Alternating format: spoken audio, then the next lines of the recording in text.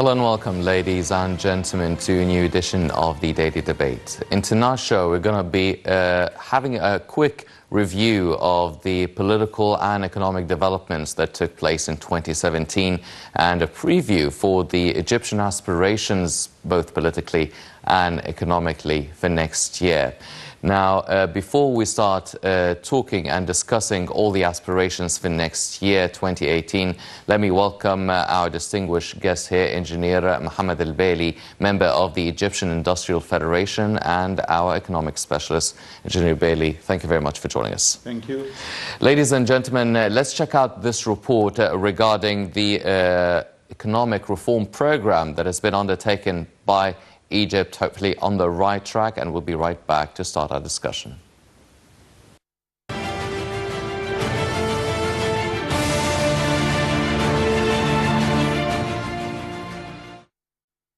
The ongoing economic reforms have put Egypt's economy on the right track and gained world confidence in the economy.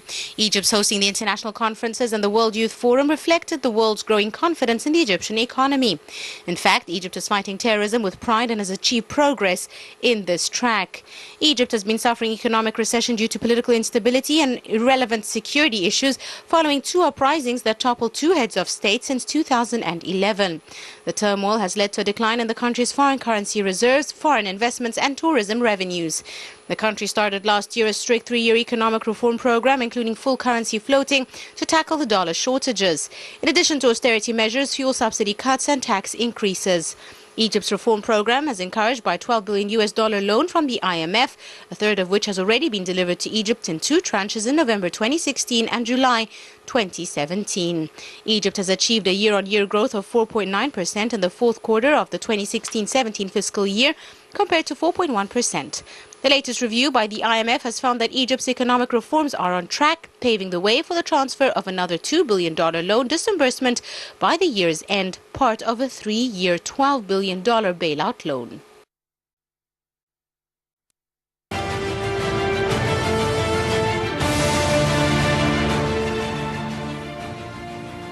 Welcome back, ladies and gentlemen. Starting off our discussion right away. Engineer Bailey, now, we've been talking about the Egyptian economy for quite a while now. A lot of people have been really criticizing or really pointing out their concern about the Egyptian economy, how weak it is, how struggling things have been for the Egyptian citizen. And the Egyptian government has embarked on its economic reform program. How do you evaluate and rate what has been achieved so far by this economic reform program? Well, regarding the Egyptian economy, when you say it was weak, yes, it was weak. But the government have taken very active steps, and they made a good plan for reform. And definitely everybody is feeling the progress, what happened in the past year. Okay, prices went high. Inflation was high in the beginning of last year, but we had to do this. We had to go through tough decisions to help our economy. So what I see is that the government is moving on the right track, really.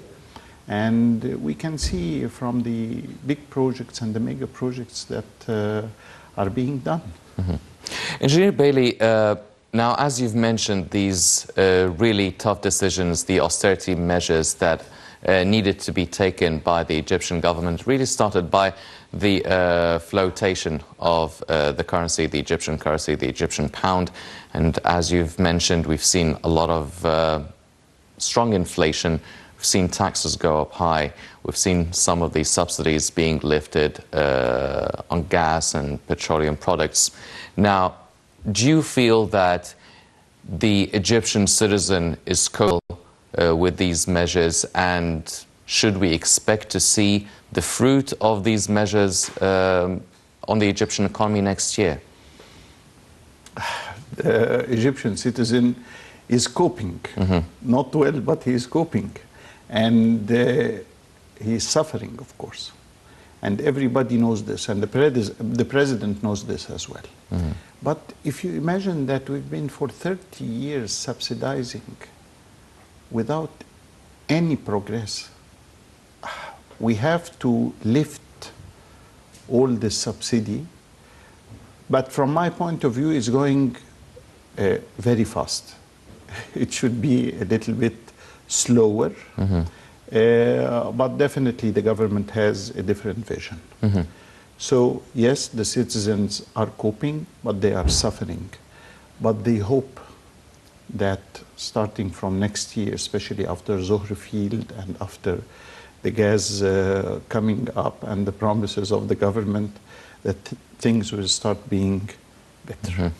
Well, a lot of people are really pointing out and observing the projects that have been taken by the Egyptian government, whether they are national mega projects or the expansion of the Suez Canal or the new administrative capital or the agricultural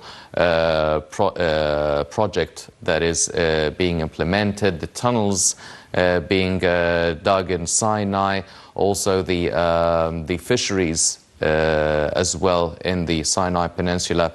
Now, when do you feel we should see or bear the fruit of all these projects?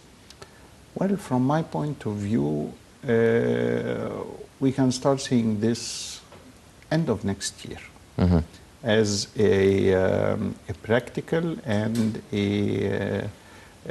as a practical vision of understanding of the situation. Now, the projects started. They are going very well. I can see, I'm following up.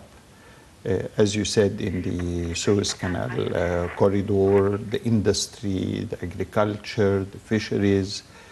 But all this, you cannot get the fruits right away. It has to work and to pass through the transient stage of the finance and the implementation and the know-how and so on, and then you start cultivating the fruits. Yes. So I think by the end of next year. Well, over the past year in 2017, the Egyptian economy has actually received a lot of international recognition for the progress it has been achieving, whether from the World Bank or the Standard & Poor's or the Global Competitiveness Report, and it jumped many places ahead as well. And we've seen our Minister, Dr. Sahar Nasr, traveling left, right and center. Active. Yes, and really signing a lot of agreements, a lot of financial cooperation agreements, and a lot of funding coming to the Egyptian economy. Do you feel that this is well, it is a right move by the Egyptian government, but do you feel that similarly the local investors, the local products, the local competitiveness is really progressing in the same pace? Let me tell you first, you forgot that Ms. Sahar Nasr has launched the investment law. Definitely, yes. After 3 years yes. Being studied, waiting for it, which is a very good step. This is one thing. Second thing, what was the question? Well, we're talking about, do you feel that locally we are working or achieving enough progress as we are doing internationally? Yes, yes. Let me tell you one thing very important, okay? In the economic reform plan, the government decided to try their best to stop importation of goods, of many goods. We'll not name it, but many goods. What happened? The importers and the traders of these goods started thinking of manufacturing it in Egypt. This is a huge step. Individuals started manufacturing or trying to manufacture whatever they have been importing locally. This is a very good step and a huge step for the economy. This is one thing. Second thing, regarding if we are saying that there are lots of international names recognizing the Egyptian reform, okay, they are recognizing the reform, but the most active thing is the acceptance of the IMF to give us the loans. Yes, definitely. They are not joking. They give the loan, they know that it's going to the right place. So I think that the Egyptian economy is moving ahead. And industrialization is starting to take active steps, individuals and from the government, which will help a lot. We need cash flow. We need foreign currency input. And this is not going to happen except by exportation or by industry. Yes, definitely. Ladies and gentlemen, speaking about the IMF loan now, the third installment is being received by the Egyptian government that will help bridge any sort of financial gap. Let's check out this report and we'll be right back.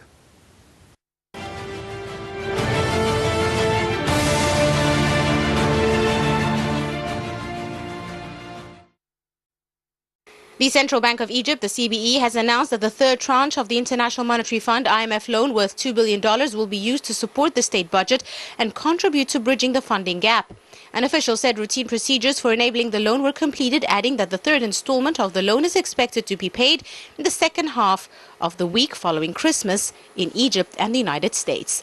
The executive board of the IMF met and approved the third installment of the loan to Egypt last week after review of the Egyptian economy revealed positive actions being undertaken. Once paid, the third installment will raise the total sum of the IMF loan to Egypt to $6 billion so far out of a total of $12 billion. The IMF emphasized that it is imperative for the Egyptian government to implement structural reforms to improve the country's business climate. The IMF said Egypt had made significant progress in restoring macroeconomic stability and increasing confidence in the economy. However, creating jobs requires faster growth and increased private sector participation in generating employment. The latest review by the IMF has found that Egypt's economic reforms are on track, paving the way for the transfer of the $2 billion loan disbursement.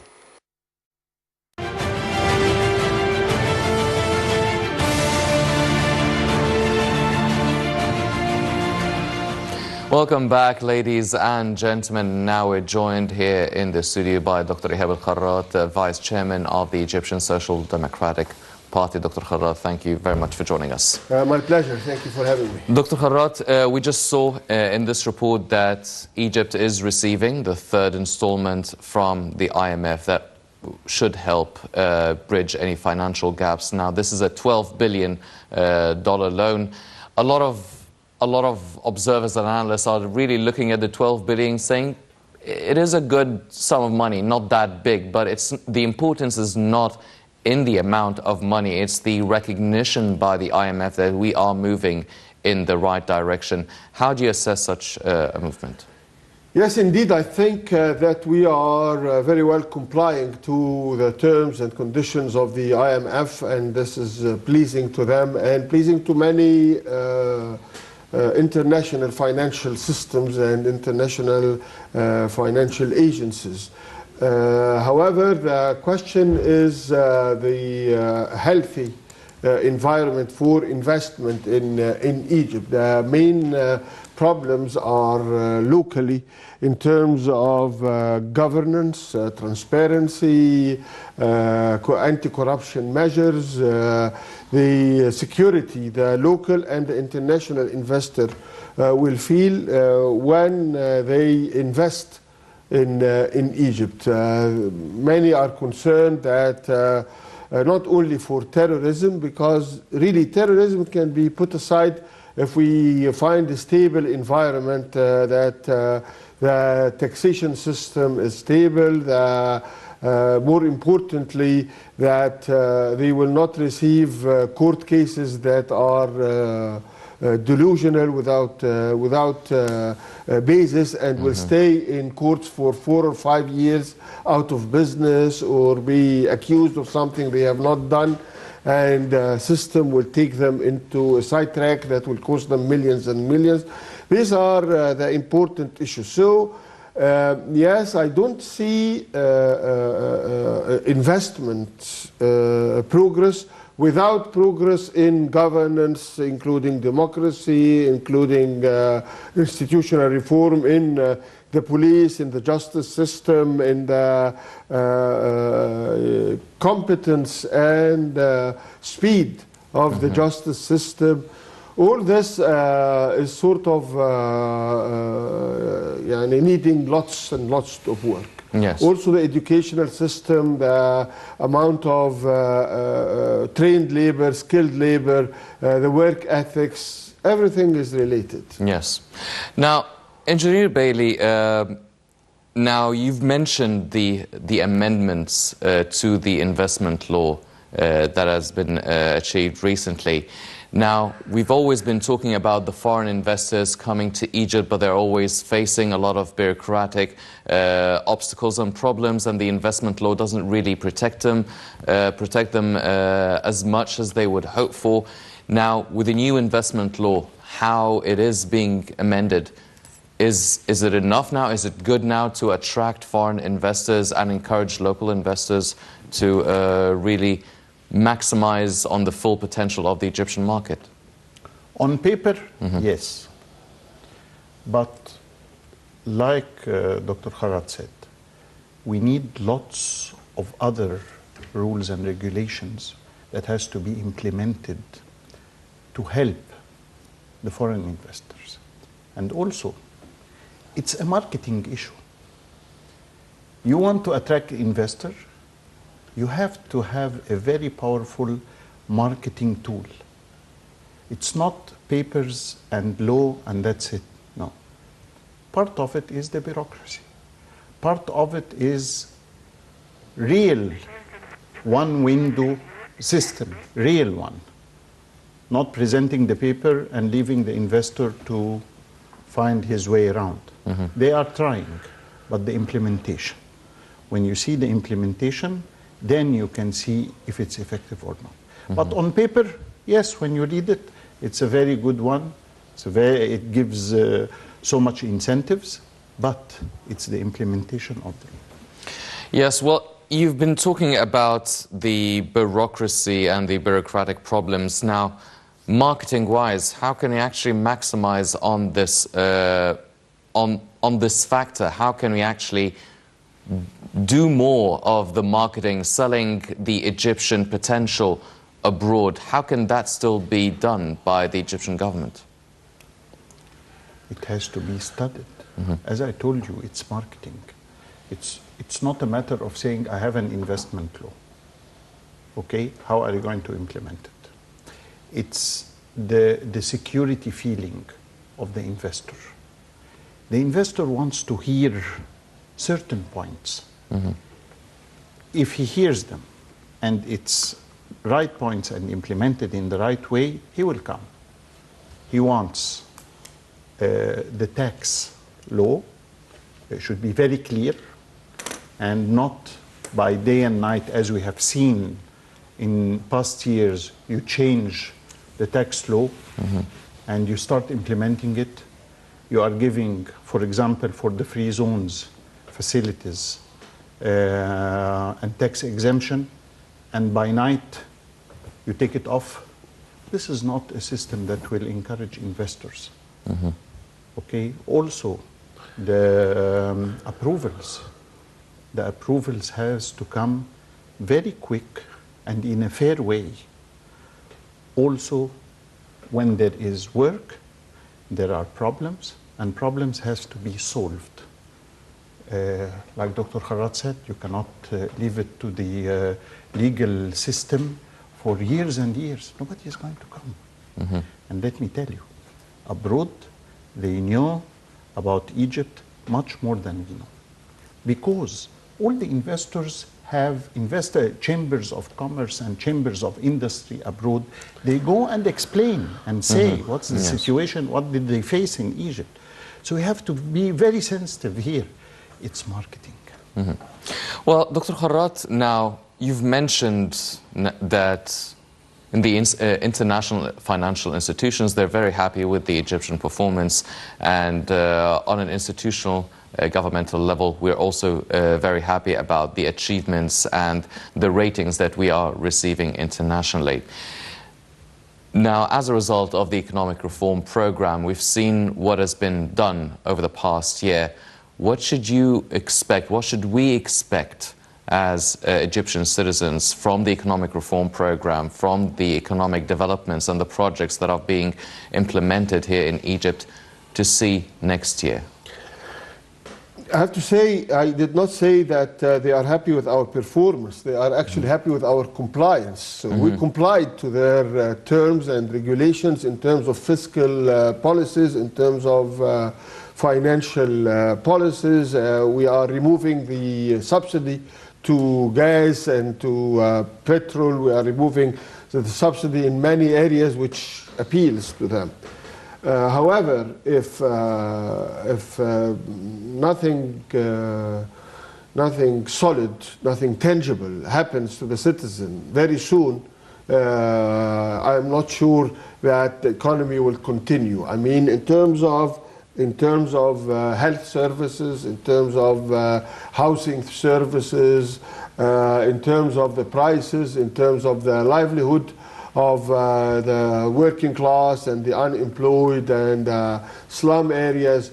For example, you have 16 million Egyptians living in slum areas without recognized address. You have still 30% of the Egyptian living without sanitation. You have the health system crumbling. You have the educational system ending up at the end of the road of the list.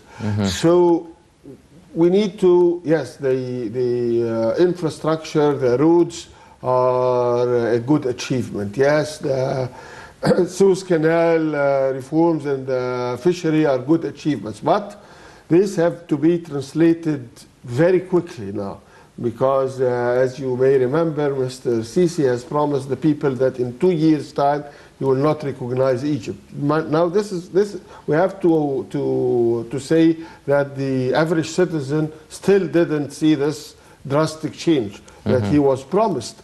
So this is the crux of the issue. We need to give the citizens something to build hope, to build aspiration that a real shift is happening or about to happen. If we don't have this, the economy will still be stagnant, because no matter how good are your rules and regulations, the people have to achieve them. The Egyptian people has proven a very resilient people,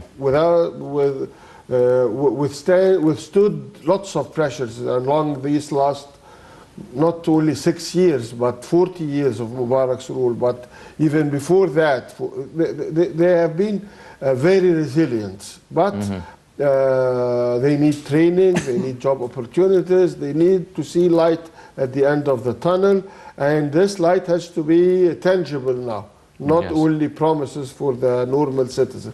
This is very important for the investor. The investor needs to feel that he has a working force that is trainable, that is looking forward to something, that has a motive for it.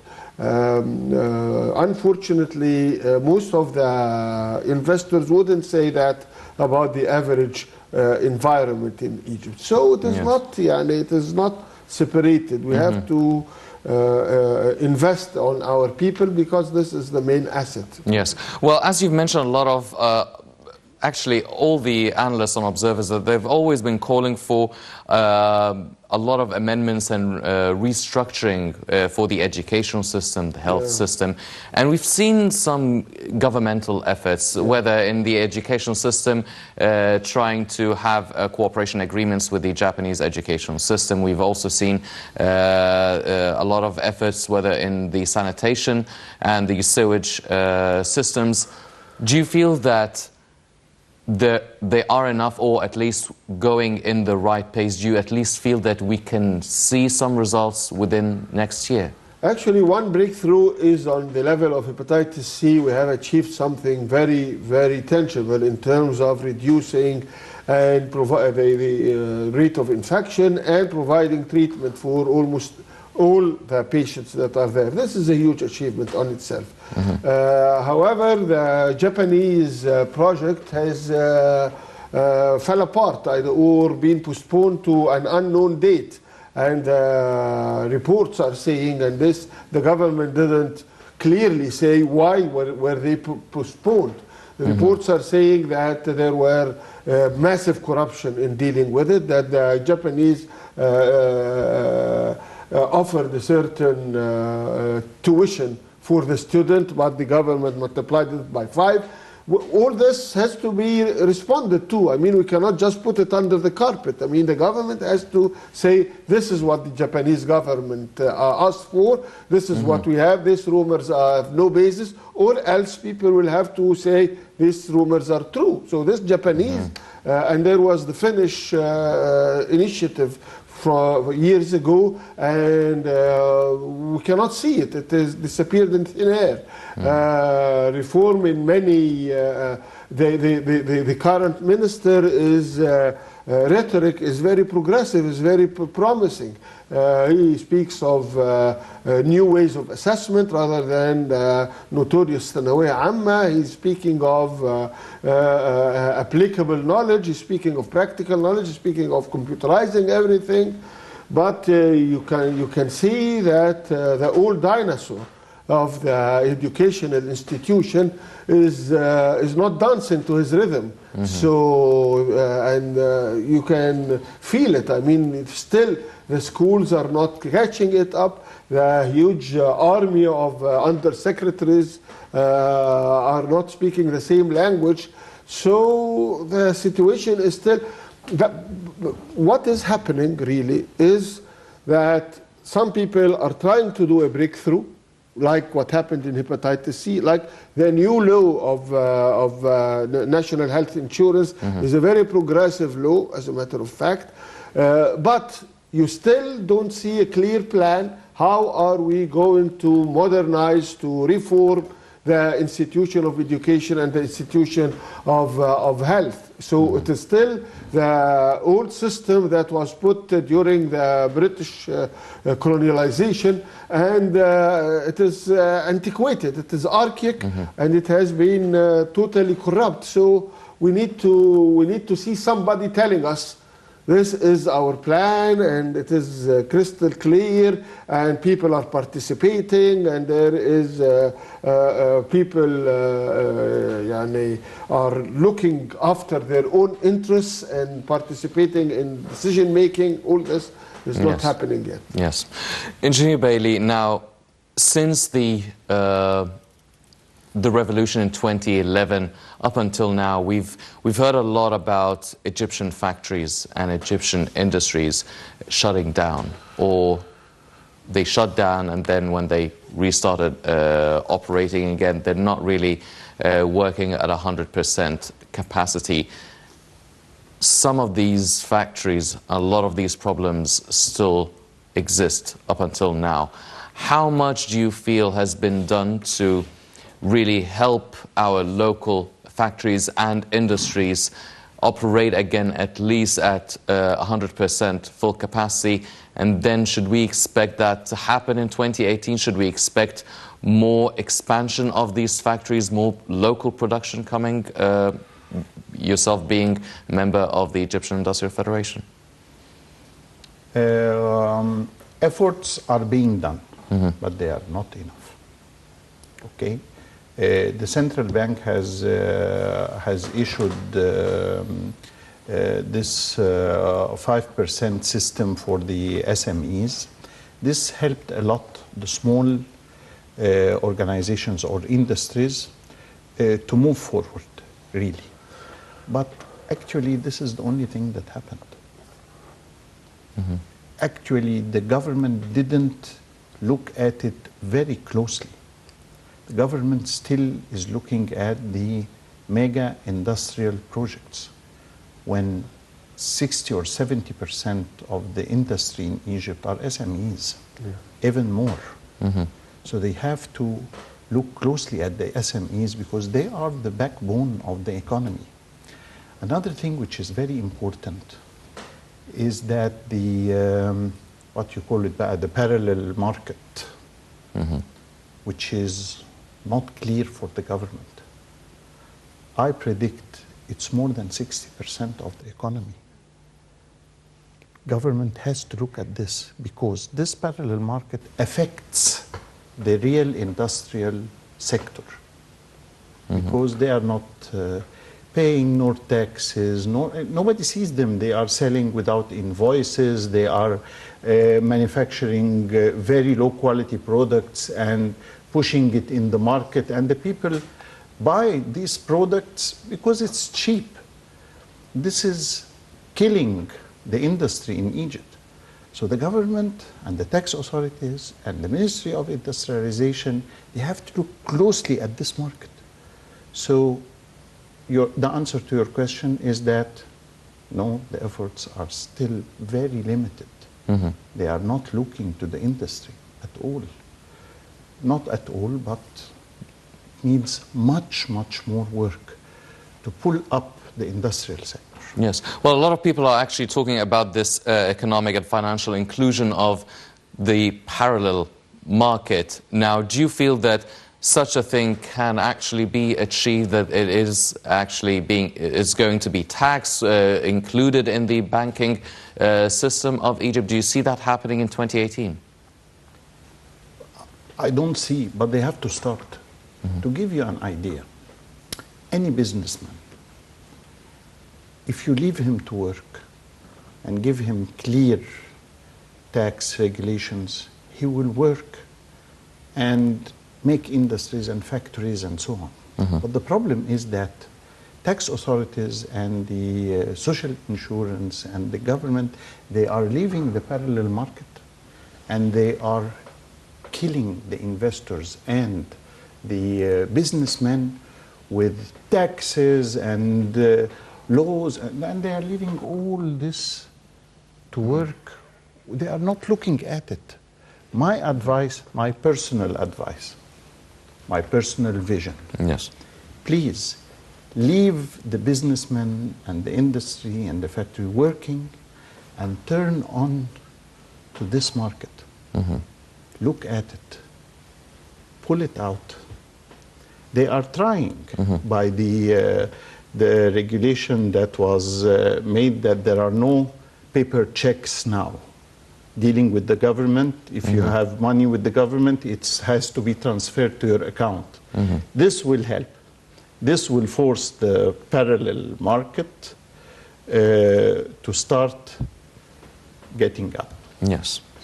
Well, ladies and gentlemen, we're talking as well about economic reforms, a lot of projects that should be implemented in the very near future. Now, President Sisi announced the launch of construction projects in Sinai Peninsula worth about $5.4 billion. Let's check out this report and we'll be right back.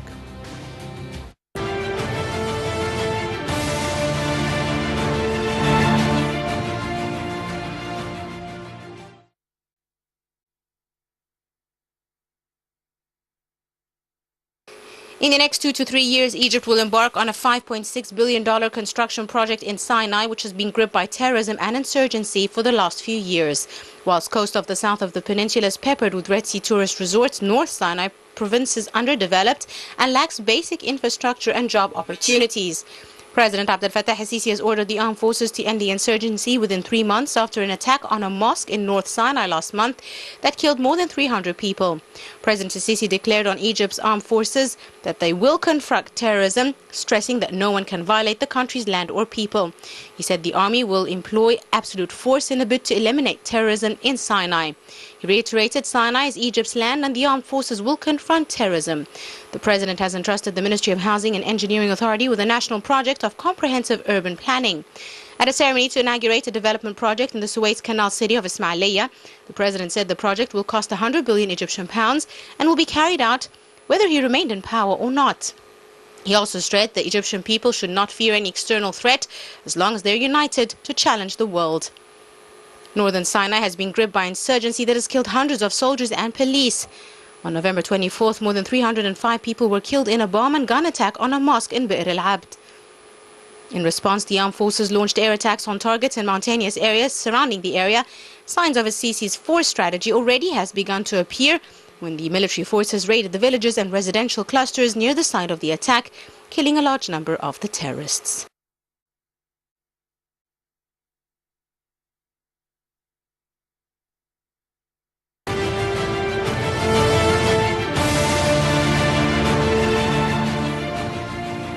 Welcome back, ladies and gentlemen. Now, Dr. Kharrat, before speaking about the economic projects that will be launched in Sinai Peninsula, how would you rate the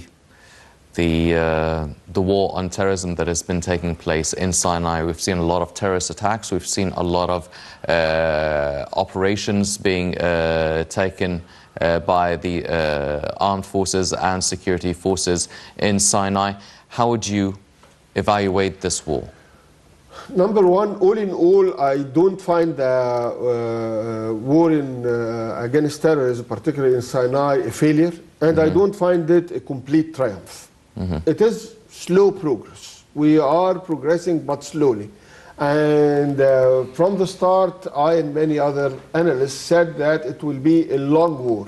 We are not looking at 3 years, 4 years. We are looking maybe at 20, 30 years. This is what we are looking to. It will not disappear in one blow or several blows even. Number two, I think that we are still relying too much on the army and the police and operations like this. While, for example, up till now, nobody has opened the portfolio of allowing Sinai citizens to own their own land.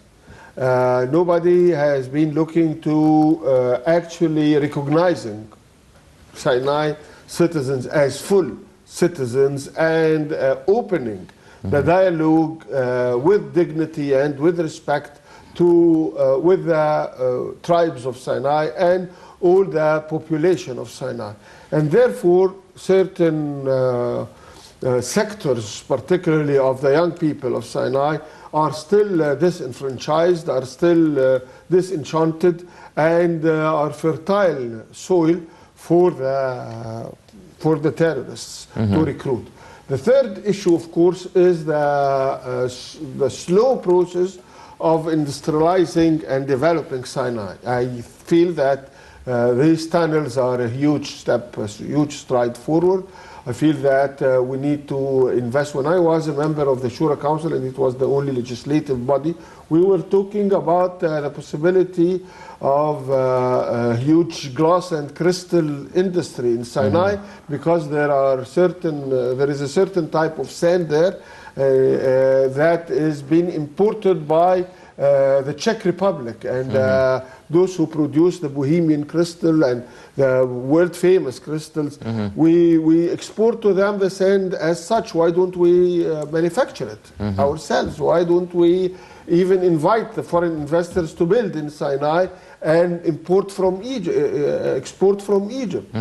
So the fourth element, of course, is that with the defeat of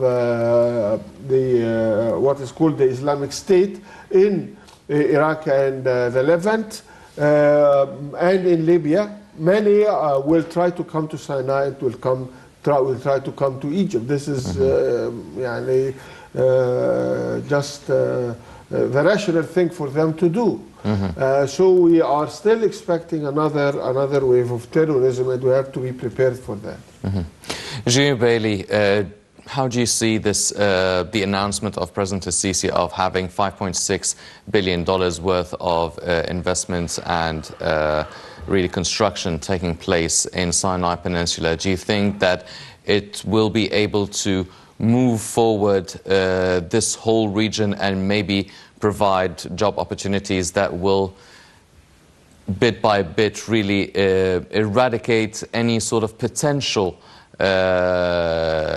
citizens that could be recruited by terrorists, for instance? You are speaking about Sinai? Yes. If the investment is going for the real estate, it won't help. But if it's going to, for example, industry, fishery, shipbuilding, services, this will help.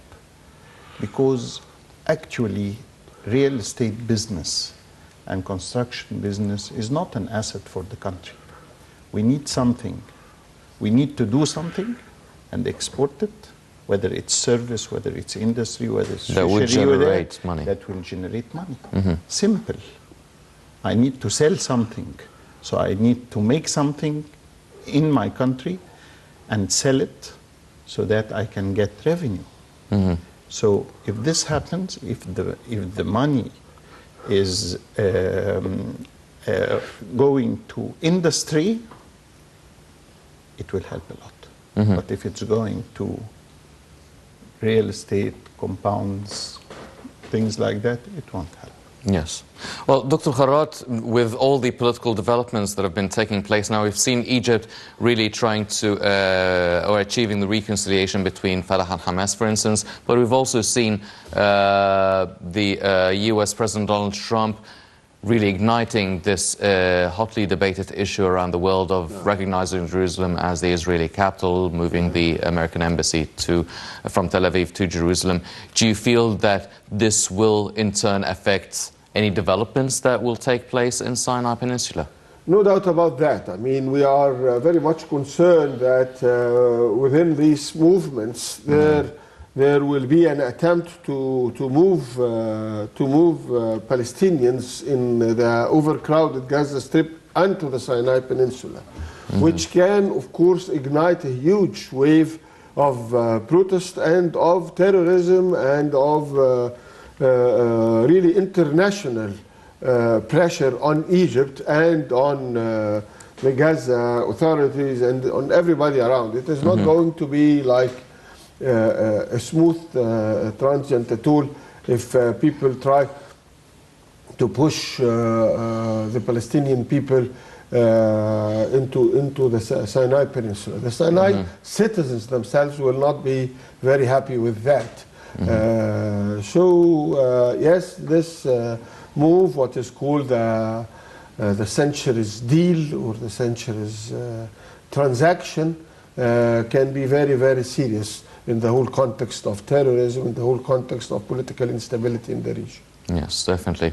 Well, ladies and gentlemen, a lot of economic activities and developments took place, and as political as well, over the past year.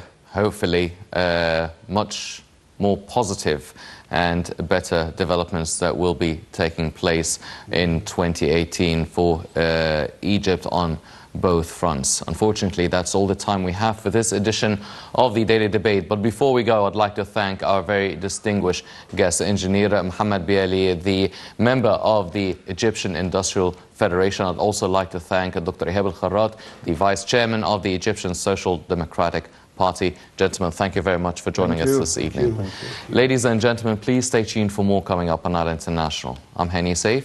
Thank you for joining us.